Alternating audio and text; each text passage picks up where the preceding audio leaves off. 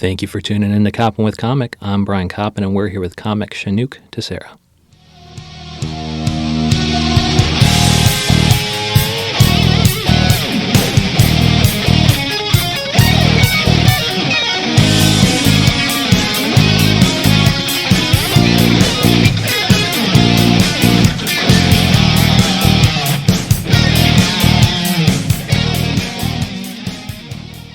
Shenuque Tissera, how the hell are you? I'm doing good, man. Thanks for having me out. Oh, yeah, it's my pleasure. And then up top, where can people find you doing stand-up in New York City? And also, where do they find you online if they're not so lucky to live in this metropolis? Yeah, you can catch me at QED every fourth Thursday at the Token White Guy Show. Token White Guy Show? What is that? Do you have...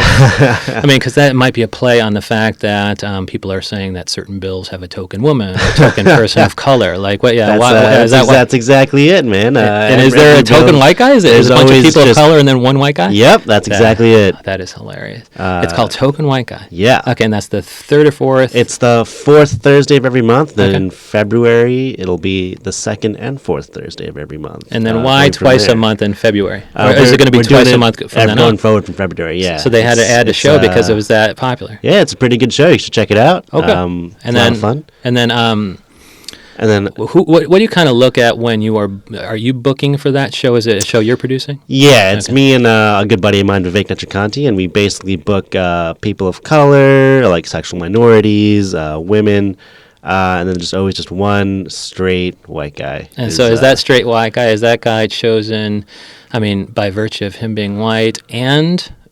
kind of being hilarious, or are you just picking just a random white guy so they just look comically unfunny? It's always a funny, like a good white guy who's just not like a generic. We found him on the street, put him on stage. It's always a really good white guy. Like we've had Christian Finnegan's been the white guy on the show before. It's cool. And we're here at QED, so we just saw him upstairs, where we saw yes. And so. How long has that show been running, and when did you decide to add another day? Wow, yeah. The show is about a year old now. We started back in September of 2018. So 2019 was the year anniversary, and then it's been a couple months since then. And we just talked to Cambry in the new year, and she was like, let's try doing it twice a month, see how it goes. We're like, yeah, why not? And so the shows you've done so far are just like packed? Yeah. Okay. Yeah. Mostly every show has been sold out, I believe. So it's been a lot of fun. It's been a lot of good shows. That audience, I mean, it's so suspect to me. Like people showing up for something called the Token White Guy. It's like when they did that insidious racism before, it was like they didn't call it the token. They didn't call the show, token person of color. They just did it. It was just very underhanded. So I think it's just hilarious that they would show up for that. And then do they buy tickets at the door, or if it's getting too kind of stacked, are you guys selling online in advance at a discount? We sell online in advance, but most of the time it's sold at the door. We have tickets at the door all the time, and then. It usually gets to standing room only at some point. Wow, that must be hilarious. Yeah, it sucks. The energy of standing room only, yeah, because I mean, there's just it's a smaller room, right? And so standing room only must be super high energy. It gets tough towards the back of the room, but it's still a lot of good. It's a good show, good crowd. And are you always doing your act? Every kind of it comes around, or you guys have so many great comics on that sometimes you take a back seat? Sometimes, like most of the time, we'll take a back seat. We're feeling up to it. We'll do a set or two. But sometimes I'll do a set, my co-host won't do a set, sometimes he'll do a set, I won't do a set. Okay. And then shows if it's really packed, we'll do a set just for fun. Yeah, it's a great room to do your material in. And kind of what material have you been, well, before we get to that, if people are not lucky enough to be in the New York City area, where do they find you online? Because I follow you on Twitter. Are you Shenuque? Yeah, I'm at Shenuque on Twitter and Instagram. It's at SHENUQUE? Yeah. Okay. SHENUQUE, yep. That's where you can find me. I have a website at it's www.shenuquetissera.com. I have all my shows on that website. So and it's Tissera, Tisser. Sorry. Yep. Shenuque Tissera. And then what other things are you kind of doing if you're not doing spots on the Token White Guy show every second and fourth Thursday? Right. Where else are you standing up? I also do sketch comedy at the Pit. On a team called Kennedy's Mistress. Okay, and then how do they pick these kind of? Does each sketch team have its own unique voice, and how does that voice kind of develop? Right. So Kennedy's Mistress. yeah. And so if I were to go see a Kennedy's Mistress show, it'd be different every time because you're throwing out different names and stuff. But what's kind of the common through line of all your shows? Or is there any? I don't think for our shows we have like a common through line. It's because like every show is like we just like do a month to make it up. So it's kind of like we just spit out ideas, and then the 5-6 sketches that are the best of the 10 we write, we'll put it up, do the show on it. I'm thinking improv. It's not improv, it's sketch. Yeah. And so it's more like Saturday Night Live, but actually live, and then you can see it there at exactly on the east side there at the pit, right? That's the east side? Is that 24th, and like Park. Okay. But yeah, it's a lot of fun. It's a lot of like it's like a different muscle of writing because it's not like very like it's characters. Yeah, you're writing characters. The jokes like aren't really stand-up-y. And when they are, it's like very quick, like blackout 1 second, like couple lines, then boom. And so to be in your troupe, you need to be a good writer and a good performer, or do you have some people who are better at both, or better at one than the other?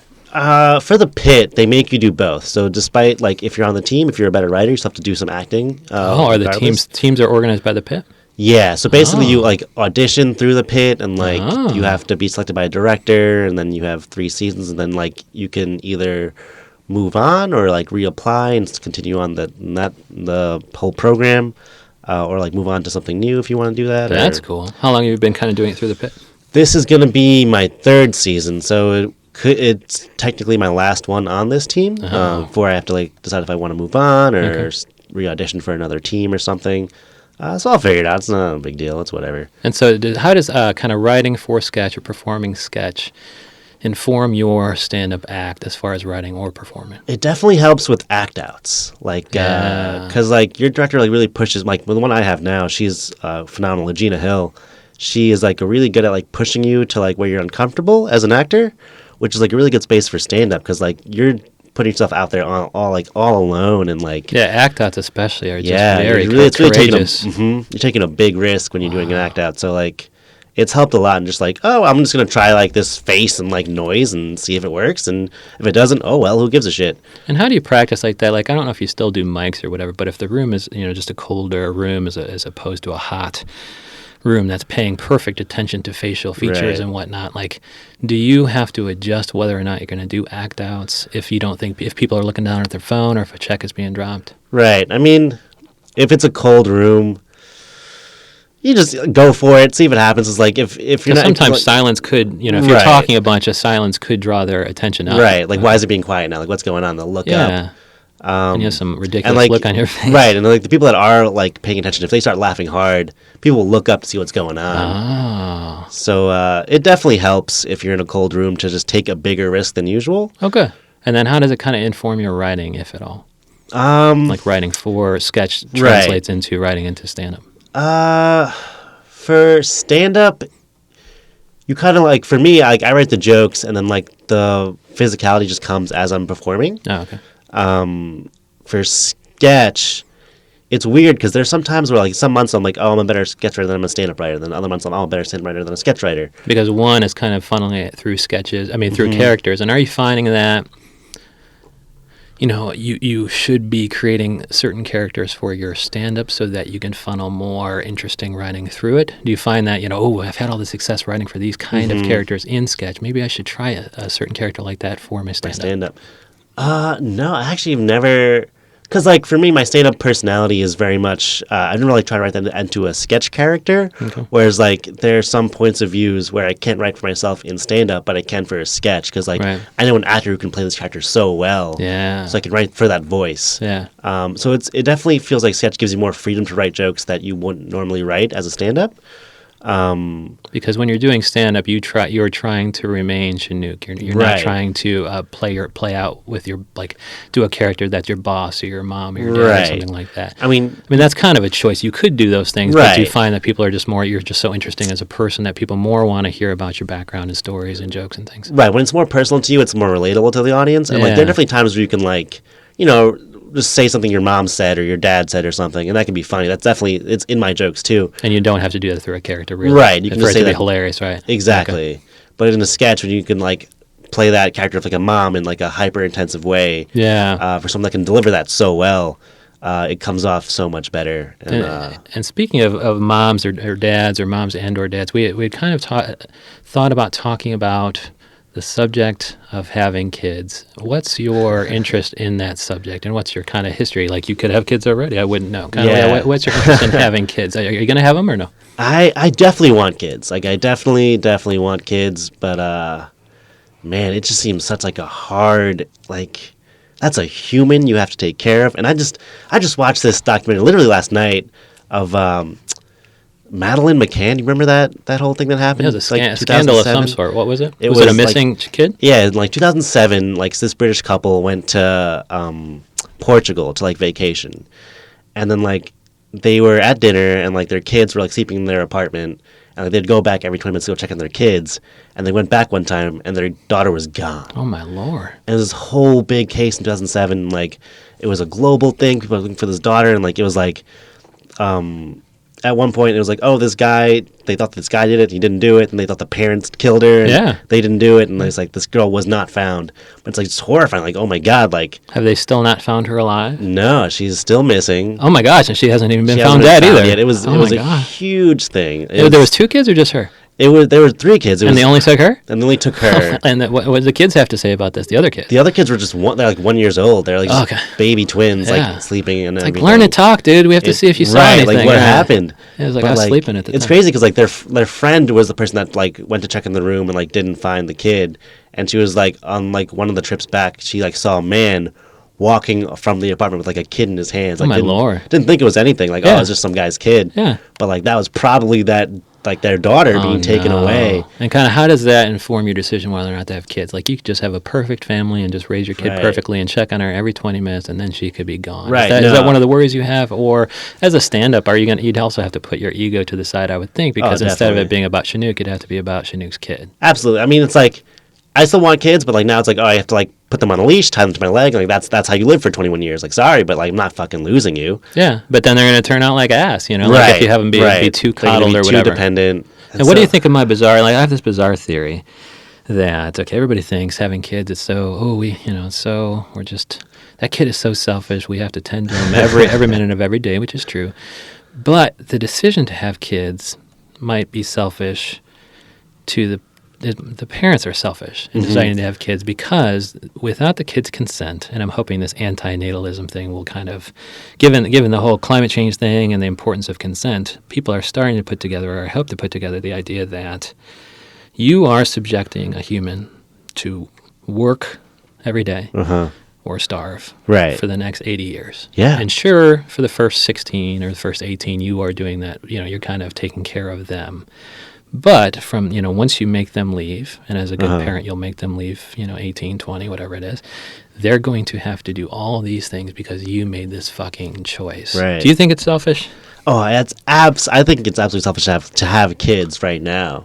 Especially like we don't know if there's a guarantee that the world will exist in like 60 years. So but even if it does, I mean, like, it just as a human, like, I've had a good life, but it's like, it's still and because I've had a good life, I can kind of say that even somebody who's had a good childhood and good upbringing, like, it makes it even less pleasurable to go out there and work every day because you just had a great childhood. It's like, oh shit, now I gotta fucking go work for the rest of my life. It's fucking still selfish, even if the world is not gonna end in 80 years. I think it's so, like, for me, it's like I definitely want to have 2 biological kids. I also want to adopt like 2 kids. Well, yeah, that's a little bit less. That's selfless, right? Right. It's just because like there's so many kids that need a home out there. It's like fucked up to like have kids and not also like take care of somebody, like a person that needs it. Yeah. But on top of that, I think like for people of color especially, it's like almost radical to have children because it's like a fucked up world to like live in as a person of color. Right.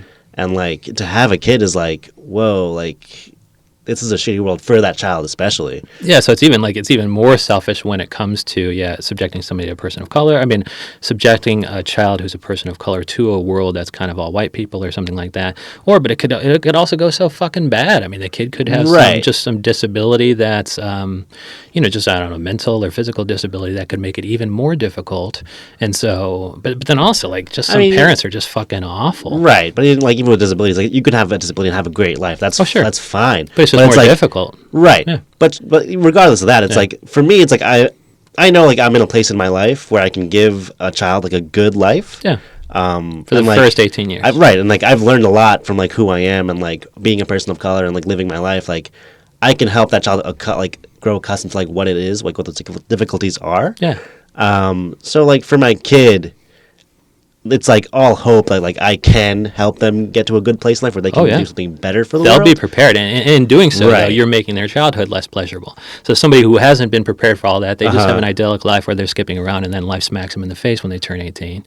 You're going to make their first 18 years a little bit less pleasurable because you're going to be like, yo, you got to toughen up, kid. Here's how you're going to be treated. You're going to be treated like this in the world. I feel like that's like debatable, though. It's like to like teach these kids like these things early on. It was that gonna make their life worse. Like if like had I known like the things I know now as a child, it would have been a way better 18 years before becoming an adult. Oh, okay.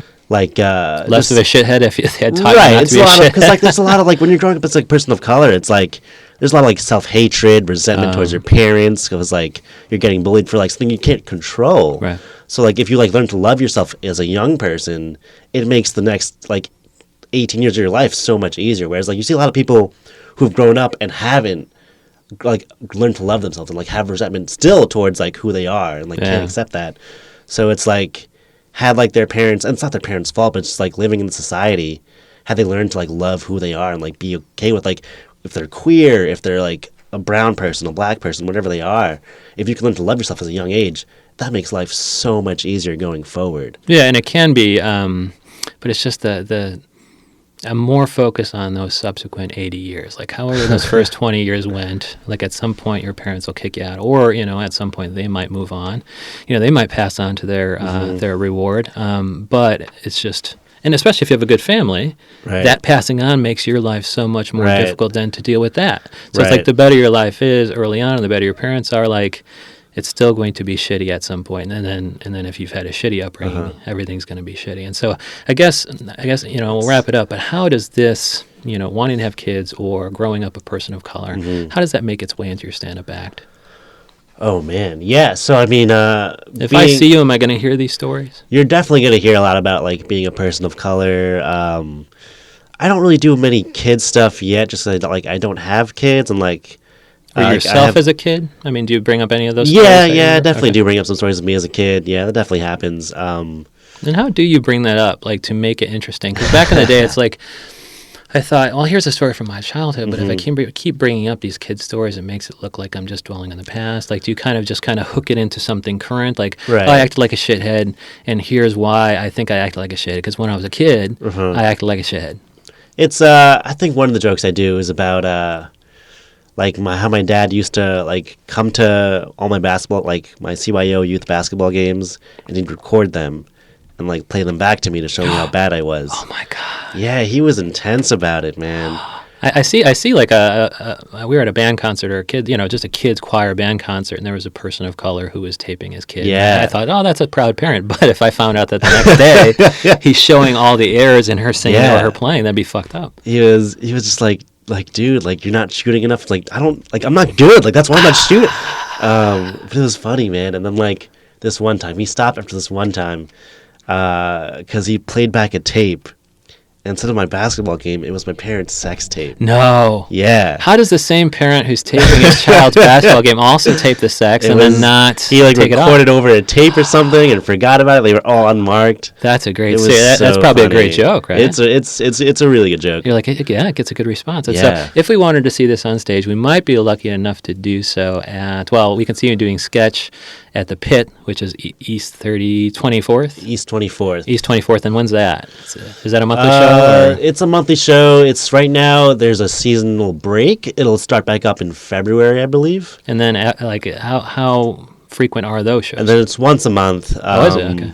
So for the remainder of your third year on Kennedy's Mistresses, you will you'll do a monthly show. Monthly show starting in February. I'm not sure the date, but and you can find it on the Pit. Is it like Saturday Night Live where you guys will write for several weeks and then you do practices and things? Yeah, it's just on a longer time frame. It's like every month you're writing at the beginning and then practicing and then performing. Exactly. You have about like 4 weeks to come up with the show instead of 1 week for SNL, and then you write, rehearse it, and then perform it, and then it's gone. You don't perform it just once, do you?